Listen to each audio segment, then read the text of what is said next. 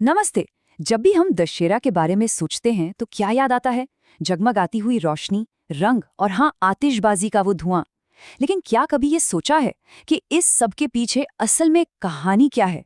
आज हम मिलकर भारत के सबसे शानदार त्योहार के पीछे छिपे उस शक्तिशाली संदेश को समझेंगे, क्योंकि ये सिर्फ एक जश्न नहीं है, ये तो जिंदगी का एक बहुत बड़ा सबक है।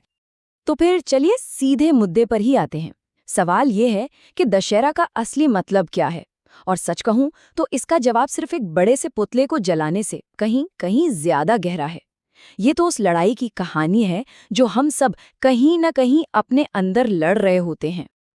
अब इसे समझने के लिए ना, सबसे पहला सुराग इसके नाम में ही छिपा है ना कमाल की बात? कभी कभी जवाब शब्दों में ही मिल जाता है। देखिए, दशहरा शब्द ये अपने आप में पूरी कहानी की एक तरह से हेडलाइन है।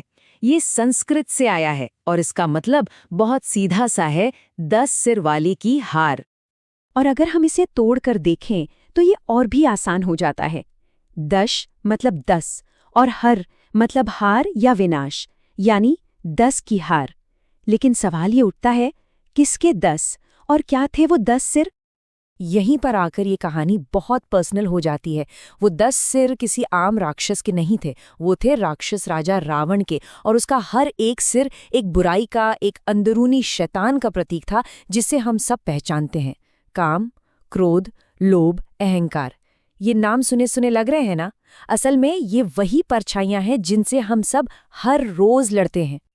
तो असल में दशहरा एक बहुत बड़ी, एक यूनिवर्सल सच्चाई का जश्न है। वो सच्चाई ये है कि रोशनी हमेशा अंधेरे पर जीत हासिल करती है।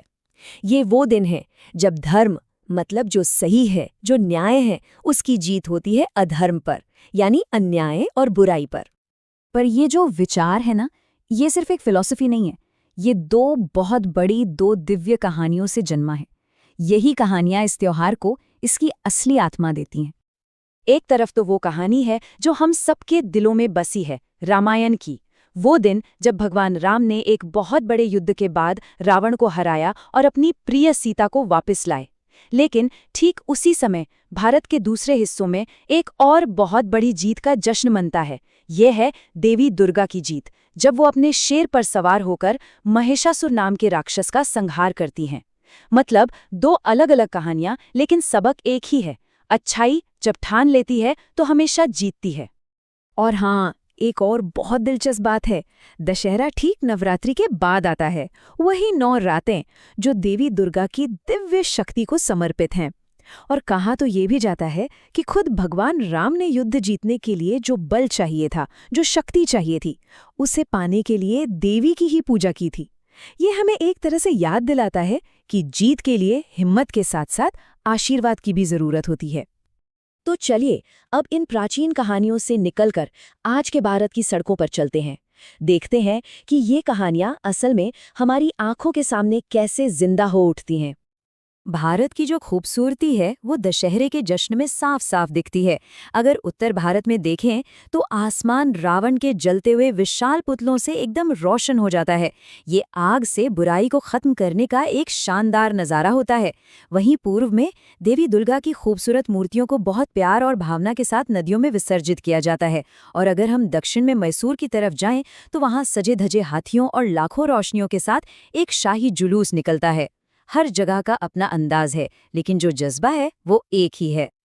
लेकिन इन सब आतिशबाजियों, जुलूसों और जश्न के परे दशहरा हमसे एक बहुत गहरा सवाल पूछता है।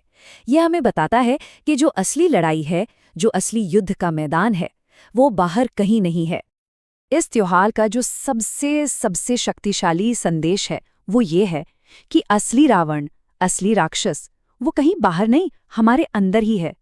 ये हमारा अपना गुस्सा है, हमारा लालच, हमारा वो अहंकार जो कभी कभी काबू से बाहर हो जाता है। और इसीलिए जो सच्ची जीत है, जिसे विजयादशमी भी कहते हैं, वो दुनिया में कुछ हासिल करने या किसी बहस में जीतने के बारे में नहीं है। ये तो अपने अंदर के उन राक्षसों पर जीत पाने के बारे में है। यही वो जीत है जो असल में मायने रखती है। यही वो जीत है जो हमें हमेशा के लिए बदल सकती है। और ये सब बातें हमें एक आखिरी और शायद सबसे जरूरी सवाल पर लाकर छोड़ देती हैं। हम ये तो जान गए कि 10 सिर 10 बुराइयों के प्रतीक हैं, लेकिन हर एक सिर के पीछे का छिपा हुआ मतलब क्या है? वो हमारी अपनी कमजोरियों के बारे में हमें क्या सिखा सकते हैं? सोचने वाली बातें हैं ना?